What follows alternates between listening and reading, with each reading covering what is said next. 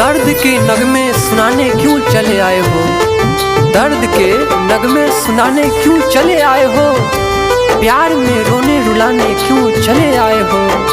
बिजलियां आँखों में भर के अंगार होठों पर, बिजलियां आँखों में भर के अंगार होठों पर, आग पानी में लगाने क्यों चले आए हो। बेवफा तूने बेवफा तूने प्यार में बदनाम कर डाला है, प्यार में बदनाम कर डाला।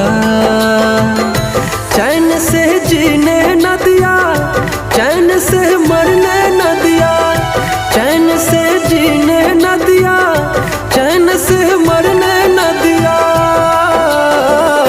जीना हराम कर डाला है, प्यार में बदनाम कर डाला। क्या गम है समुंदर को बता भी नहीं सकता, क्या गम है समुंदर को बता भी नहीं सकता, अश्कों की तरह आंखों में आ भी नहीं सकता।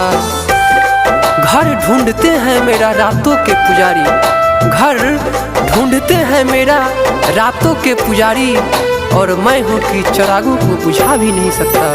प्यार में जिसको मैंने अपना समझा था यारा, प्यार में जिसको मैंने अपना समझा था यारा, उसी ने ही मुझको यारो बिना मौत के मारा, यारो बिना मौत के मारा। जो नहीं सोचा मैंने,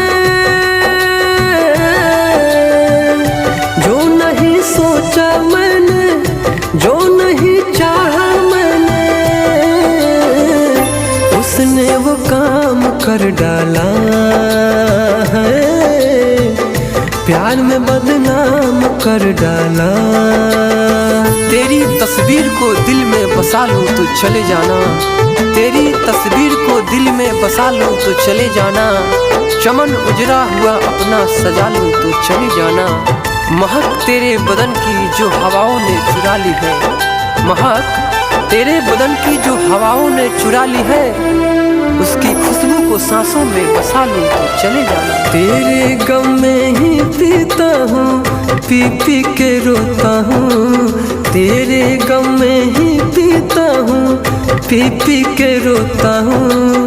तेरी याद में मैं भी दिलबर अपनी आँख भिगोता हूँ, मैं अपनी आँख भिगोता हूँ। मेरी चाहत को तूने, मेरी चाहत को तूने, मेरी चाहत को तूने यूं ही नीलाम कर डाला है, प्यार में बदनाम कर डाला। जर्रों में जिंदगी की महक छोड़ जाऊंगा, जर्रों में जिंदगी की महक छोड़ जाऊंगा, पहचान अपनी दूर तलक छोड़ जाऊंगा। खामोशियों की मौत गंवारा नहीं मुझे, खामोशियों की मौत गंवारा नहीं मुझे, शीशा हो टूट कर भी खनक छोड़ जाऊंगा। कसमें वादे सारे टूटे, दिल भी मेरा टूटा, कसमें वादे सारे टूटे, दिल भी मेरा टूटा।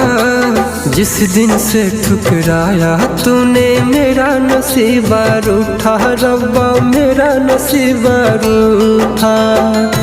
मेरे जनाजे का, मेरे जनाजे का, मेरे जनाजे का पूरा इंतजाम कर डाला है, प्यार में बदनाम कर डाला।